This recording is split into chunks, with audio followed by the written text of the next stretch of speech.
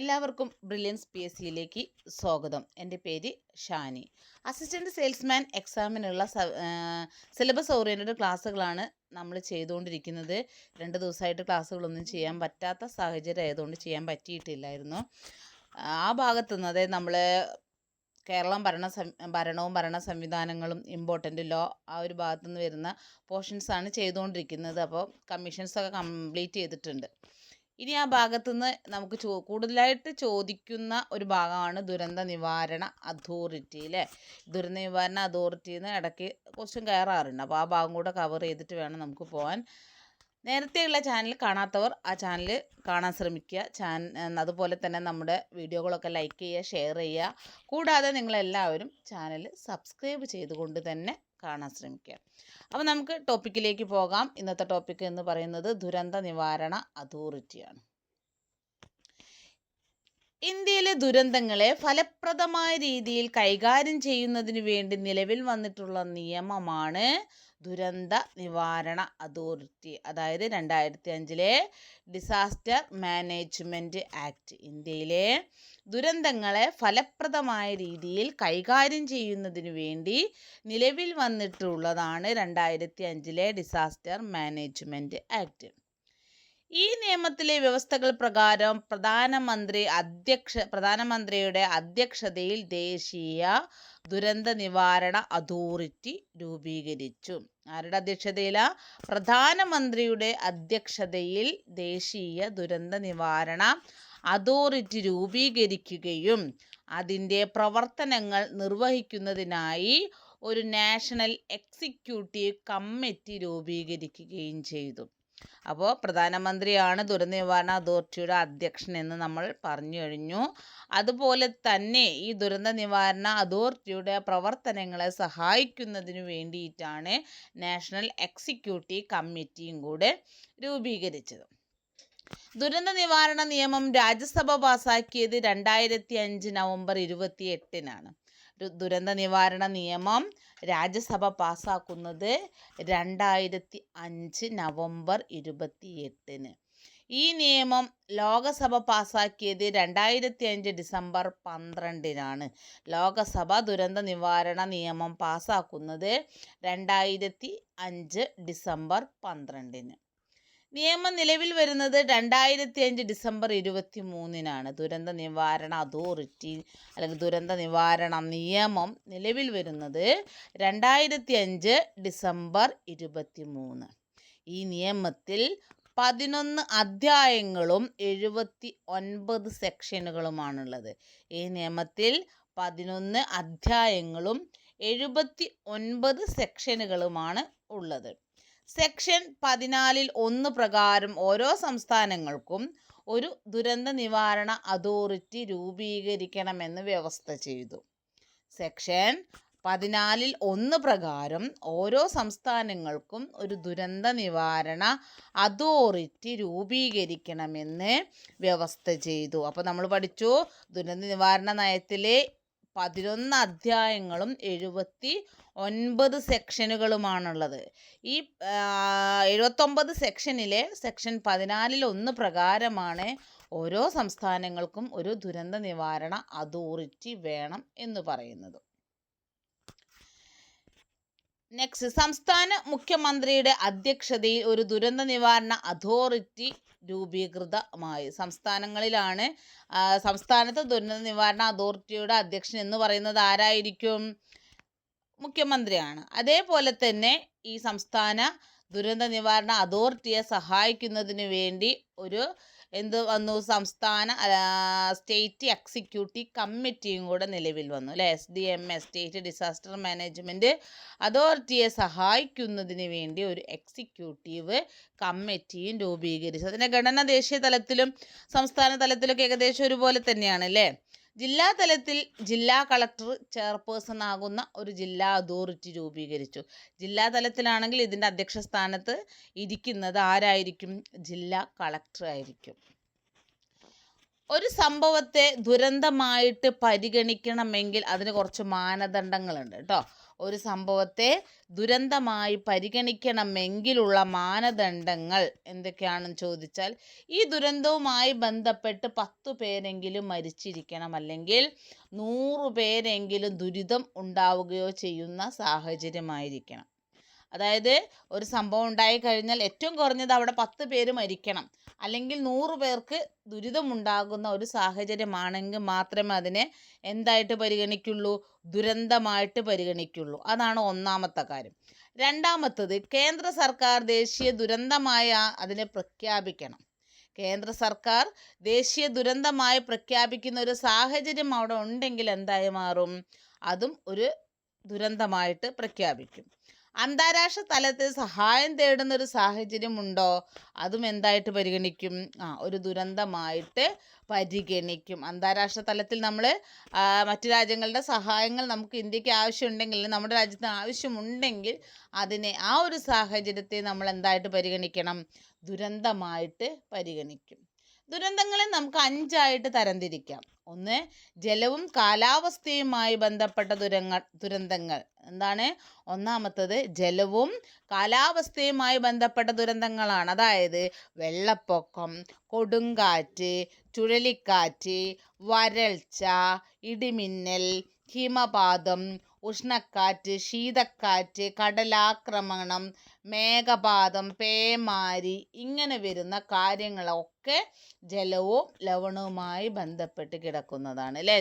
ജലവും കാലാവസ്ഥയുമായി ബന്ധപ്പെട്ട് കിടക്കുന്ന. അപ്പോൾ നമുക്ക് ഒന്ന് ജസ്റ്റ് ഒന്ന് ചിന്തിച്ചാൽ അറിയാൻ പറ്റും, ജലവും കാലാവസ്ഥയും, അല്ലേ?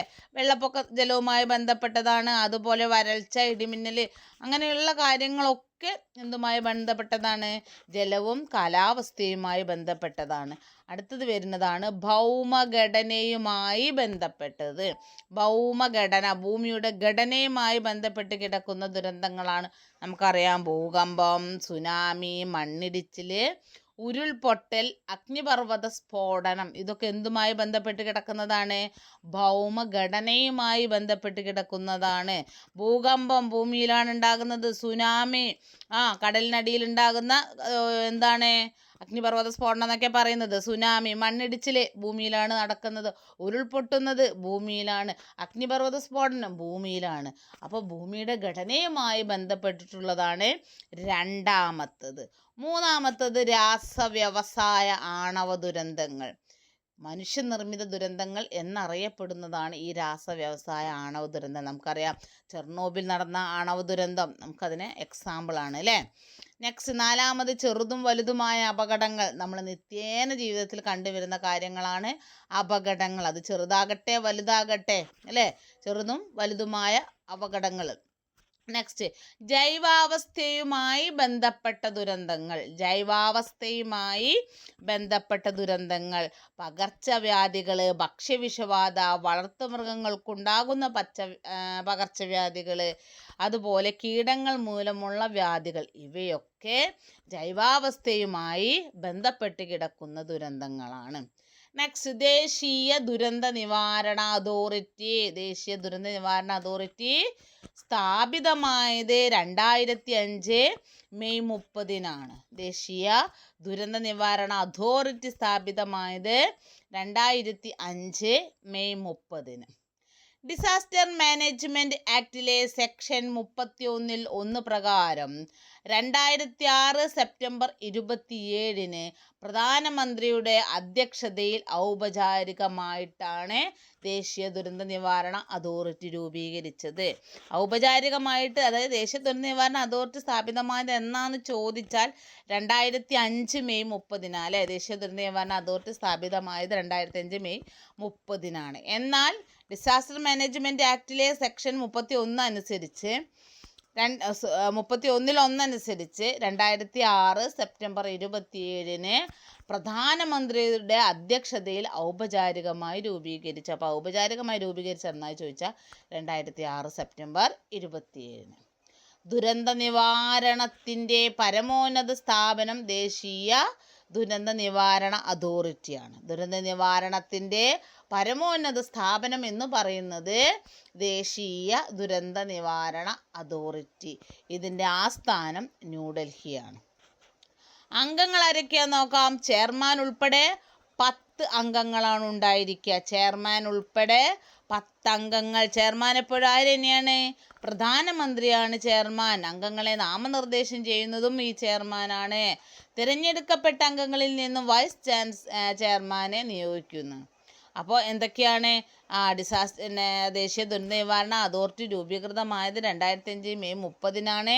പക്ഷേ പ്രധാനമന്ത്രിയുടെ അധ്യക്ഷതയിൽ ഔപചാരികമായി രൂപീകരിച്ചത് 2006 സെപ്റ്റംബർ 27-നാണ്. ദുരന്ത നിവാരണത്തിലെ പരമോന്നത സ്ഥാപനം എന്ന് പറയുന്നത് ദേശീയ ദുരന്ത നിവാരണ അതോറിറ്റിയാണ്. ഇതിൻ്റെ ആസ്ഥാനം ന്യൂഡൽഹി. അംഗങ്ങൾ ഉൾപ്പെടെ 10 ആളുകളാണ് ഈ ദേശീയ ദുരന്ത നിവാരണ അതോറിറ്റിയിലുള്ളത് അല്ലേ. അംഗങ്ങളെ നാമനിർദ്ദേശം ചെയ്യുന്നത് ചെയർമാനാണ്. തിരഞ്ഞെടുക്കപ്പെട്ട അംഗങ്ങളിൽ നിന്നും ആരെയും കൂടെ തിരഞ്ഞെടുക്കുന്നു? വൈസ് ചെയർമാനെയും കൂടെ തിരഞ്ഞെടുക്കുന്നു. നെക്സ്റ്റ് വരുന്നത് കേരള സംസ്ഥാന ദുരന്ത നിവാരണ അതോറിറ്റി. കേരള സംസ്ഥാന ദുരന്ത നിവാരണ അതോറിറ്റി. ആദ്യമായി ദുരന്ത നിവാരണ അതോറിറ്റി സ്ഥാപിച്ച സംസ്ഥാനം ഏതാണെന്ന് ചോദിച്ചാൽ നമ്മുടെ സ്വന്തം കേരളമാണ് കേട്ടോ. ആദ്യമായി ദുരന്ത നിവാരണ അതോറിറ്റി സ്ഥാപിച്ച ഇന്ത്യൻ സംസ്ഥാനമാണ് നമ്മുടെ സ്വന്തം കേരളം. കേരള ദുരന്ത നിവാരണ നയം ആവിഷ്കരിച്ചത് 2010-ലാണ്. കേരള ദുരന്ത നിവാരണ നയം ആവിഷ്കരിച്ചത് 2010. സംസ്ഥാന സർക്കാർ നിയന്ത്രണത്തിൽ പ്രവർത്തിക്കുന്ന സ്വയംഭരണ അധികാരമില്ലാത്ത അതോറിറ്റിയാണ് കേരള സംസ്ഥാന ദുരന്ത നിവാരണ അതോറിറ്റി. എന്തില്ല?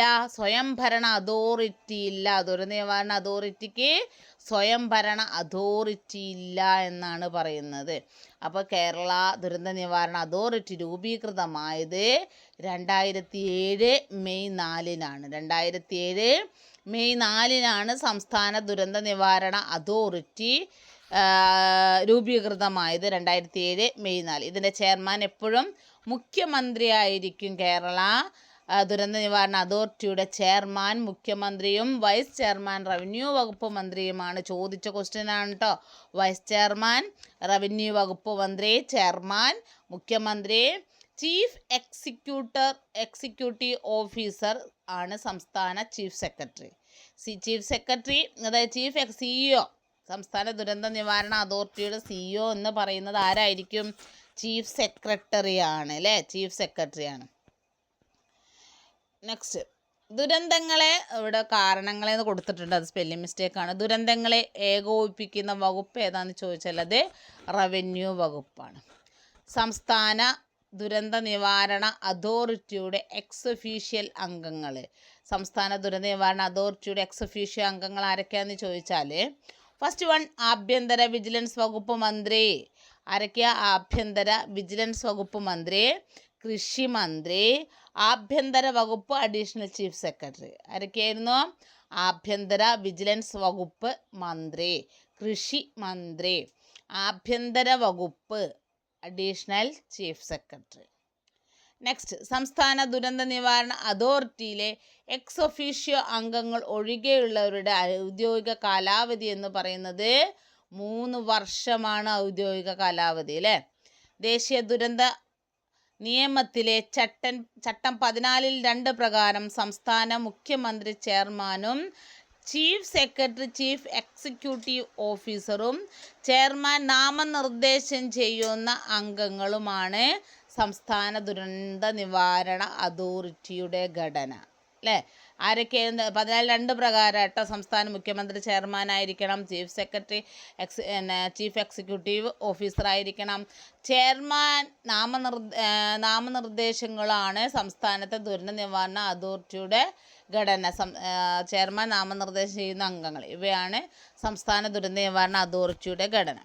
ചെയർമാൻ ഉൾപ്പെടെ 2 അംഗങ്ങളെയാണ് ഇവിടെ നിഷ്കർഷിക്കുന്നത്. ചെയർമാൻ ഉൾപ്പെടെ 2 അംഗങ്ങളെയാണ് ഇവിടെ നിഷ്കർഷിക്കുന്നത്.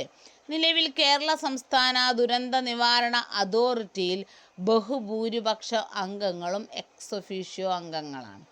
നിലവിൽ കേരള സംസ്ഥാന ദുരന്ത നിവാരണ അതോറിറ്റിയിൽ ബഹുഭൂരിപക്ഷ അംഗങ്ങളും എക്സ് ഒഫീഷ്യോ അംഗങ്ങളാണ്. വർഷത്തിൽ 1 തവണയെങ്കിലും കേരള സംസ്ഥാന ദുരന്ത നിവാരണ അതോറിറ്റി യോഗം ചേർന്നിരിക്കണം എന്നാണ് പറയുന്നത്. വർഷത്തിൽ ഒരു തവണയെങ്കിലും കേരള സംസ്ഥാന ദുരന്ത നിവാരണ അതോറിറ്റി യോഗം ചേർന്നിരിക്കണം. കേരള സംസ്ഥാന ദുരന്ത നിവാരണ അതോറിറ്റിയുടെ ലക്ഷ്യങ്ങൾ എന്തൊക്കെയാണ്? ലക്ഷ്യങ്ങൾ: സംസ്ഥാനത്ത് ദുരന്ത നിവാരണ നയം രൂപീകരിക്കുക. സംസ്ഥാനത്ത് ദുരന്ത നിവാരണ നയം രൂപീകരിക്കുക. പ്രകൃതി ദുരന്ത സാധ്യതയുള്ള മേഖലകൾ നിർണ്ണയിക്കുക. പ്രകൃതി ദുരന്ത സാധ്യതയുള്ള മേഖലകൾ നിർണ്ണയിക്കുക. കേരള സംസ്ഥാന ദുരന്ത നിവാരണ അതോറിറ്റിയുടെ ആപ്തവാക്യമാണ് സുരക്ഷായാനം. കേരള സംസ്ഥാന ദുരന്ത നിവാരണ അതോറിറ്റിയുടെ ആപ്തവാക്യം സുരക്ഷായാനം. അടുത്ത ജില്ലാ ദുരന്ത നിവാരണ അതോറിറ്റി അല്ലേ. ജില്ലാ ദുരന്ത നിവാരണ അതോറിറ്റി നിലവിൽ വന്നത് 2016 മാർച്ചിലാണ്. സെക്ഷൻ 25(1) പ്രകാരം ജില്ലാ ദുരന്ത നിവാരണ അതോറിറ്റി നിലയിൽ വന്നത് 2016 മാർച്ചിൽ സെക്ഷൻ 25(1) പ്രകാരം. ചെയർപേഴ്സൺ ജില്ലാ കളക്ടർ ആയിരിക്കും കേട്ടോ. ജില്ലാ കളക്ടറാണ് ജില്ലാ ദുരന്ത നിവാരണ അതോറിറ്റിയുടെ ചെയർപേഴ്സൺ. ജില്ലാ കളക്ടറാണ്. കോ ചെയർപേഴ്സൺ ആരാന്ന് ചോദിച്ചാൽ ജില്ലാ പഞ്ചായത്ത് പ്രസിഡൻ്റാണ്. കോ ചെയർപേഴ്സൺ ജില്ലാ പഞ്ചായത്ത് പ്രസിഡന്റ്. ജില്ലാ കളക്ടറിലെ പ്രകൃതി ദുരന്ത വിഭാഗങ്ങൾ കൈകാര്യം ചെയ്യുന്നത് ദുരന്ത പ്രതികരണ സേനകളാണ്. ജില്ലാ കളക്ടറിലെ പ്രകൃതി ദുരന്ത വിഭാഗങ്ങൾ കൈകാര്യം ചെയ്യുന്ന ദുരന്ത പ്രതികരണ സേനകളാട്ടോ. ദുരന്ത പ്രതികരണ സേനകളാണ് ഇങ്ങനെയുള്ള കാര്യങ്ങളൊക്കെ ശ്രദ്ധിക്കുക. 2006